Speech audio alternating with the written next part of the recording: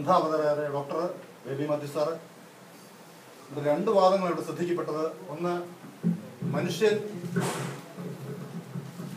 സസ്യഭുക്കാണ് എന്ന വാദം ഡോക്ടർ ഉയർത്തുകയും അങ്ങനെയല്ല, മനുഷ്യന് മാംസം വർജിക്കേണ്ടവനല്ല എന്ന വാദം ഡോക്ടർ ബേബി മാത്യു സാർ ഉയർത്തുകയും ചെയ്തു.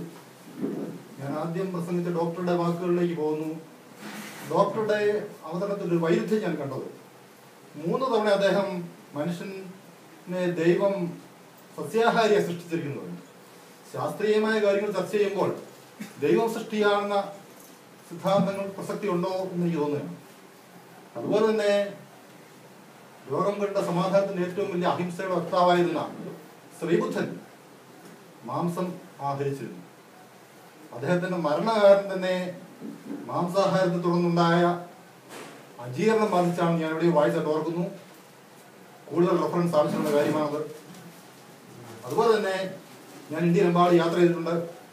ബംഗാളിലെ ജനങ്ങൾ എല്ലാവരും മത്സ്യം കഴിക്കുന്നവരാണ്. ഞാൻ ഉത്തർപ്രദേശിൽ ജോലി ചെയ്തിരുന്നു. അന്ന് ഉത്തരാഖണ്ഡ് വേറെ പ്രദേശമായിരുന്നില്ല. ഉത്തരാഖണ്ഡിലെ ബ്രാഹ്മിൻസ് മാംസം കഴിക്കുന്നവരാണ്. കാരണം അത് മതവിശ്വാസത്തിൽ ബന്ധപ്പെട്ടതല്ല, അവിടുത്തെ കാലാവസ്ഥയാണ്.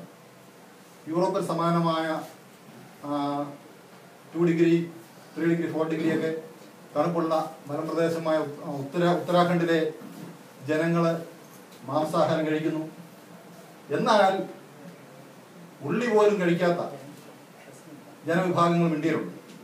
നമ്മൾ കേരളത്തിലേക്ക് വന്നു കഴിഞ്ഞാൽ കേരളത്തിൽ 10% തികച്ച് സസ്യാഹാരികളെ ഉണ്ടെന്ന് പറയാൻ ആർക്കും ധൈര്യമായിട്ട് പറ്റുമോ?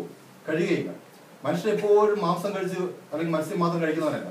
അവനവന്റെ ആഴ്ചയിൽ 7 ദിവസം ഉണ്ടെങ്കിൽ അവന്റെ ജീവിതത്തിന് കൂടുതൽ ആഹാരവും 3/4 പങ്കും സസ്യാഹാരം കഴിക്കുകയും അതിനായിട്ട് കറി എന്ന നിലയിൽ മത്സ്യമോ മാംസമോ ഇടയ്ക്ക് ഉപയോഗിക്കും. 7 ദിവസം ഉപയോഗിക്കുന്നില്ല. എന്നാൽ ഈ അടുത്ത കാലത്തായിട്ട് കേരളത്തിൽ അല്ലെങ്കിൽ ഇന്ത്യയിൽ പൊതുവെ മാംസം കഴിക്കുന്ന ആൾക്കാരുടെ എണ്ണം കൂടുന്നു. മാംസത്തിന് ഉപഭോഗത്തിൽ വലിയ വർധനമുണ്ടാകുന്നു. അതിന് കാരണം ഞാൻ ഗ്ലോബലൈസേഷൻ തുടർന്ന് ജനങ്ങളെല്ലാവരുടെയും വരുമാനത്തിൽ വർധനമുണ്ടായി.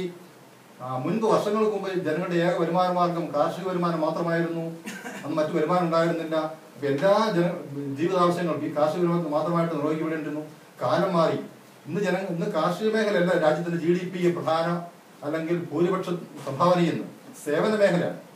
ജനങ്ങൾ വിവിധങ്ങളായ സേവന മേഖലകളിലേക്ക് പോകുന്നവരുടെ വരുമാനം വർദ്ധിക്കുന്നു. വരുമാനം വർദ്ധിക്കുമ്പോൾ അവന്റെ ചെലവിന് വർധനം ഉണ്ടാകുന്നു. ആ ചെലവ് അവന്റെ ഇവിടുത്തെ വാഹന വിൽപ്പനയുടെ നിരക്ക് നോക്കിയാൽ അറിയാൻ പറ്റും. ആഹാര രീതിയിൽ വരുന്നു, വസ്ത്രധാരണ രീതിയിൽ വരുന്നു. അങ്ങനെ മനുഷ്യൻ വരുമാനം കൂടുമ്പോൾ അവനത് കൂടുതലായിട്ട് ചിലവാക്കാൻ താല്പര്യം കാണിക്കുന്നു. അപ്പൊ അങ്ങനെ സ്വാഭാവികമായും ഈ ഗ്ലോബലൈസേഷൻ തുടർന്നുണ്ടായ പല മേഖലയുണ്ടായ മാറ്റത്തും മനുഷ്യന്റെ ആഹാരശൈലി മാറ്റം വന്നു. അതിന്റെ ഭാഗമായിട്ട് മാംസാഹാരത്തിൽ ഉപഭോഗത്തിന് വർധനം ഉണ്ടായിരിക്കുന്നു. അപ്പൊ മനുഷ്യൻ ഒരു കാലത്തും ആദിമകാലത്ത് മനുഷ്യൻ ഹണ്ടേഴ്സായിരുന്നു. അവനന്ന് വേട്ടയാടി ജീവിച്ചിരുന്നു. വേട്ടയാടി കിട്ടുന്ന ആഹാരം അവൻ മൃഗങ്ങളുടെ മാംസം പാകം ചെയ്ത് കഴിച്ചിരുന്നു. കാലം മുമ്പോട്ട് പോയി മനുഷ്യൻ തീ ഉണ്ടാക്കിയതിനു ശേഷം അവൻ മാംസം പാചകം ചെയ്ത് കഴിക്കാൻ തുടങ്ങി. അപ്പൊ അന്നൊന്നും മനുഷ്യൻ പൂർണ്ണമായിട്ട് സസ്യാഹാരി ആയിരുന്നു എന്ന് പറയാൻ സാധിക്കുകയില്ല.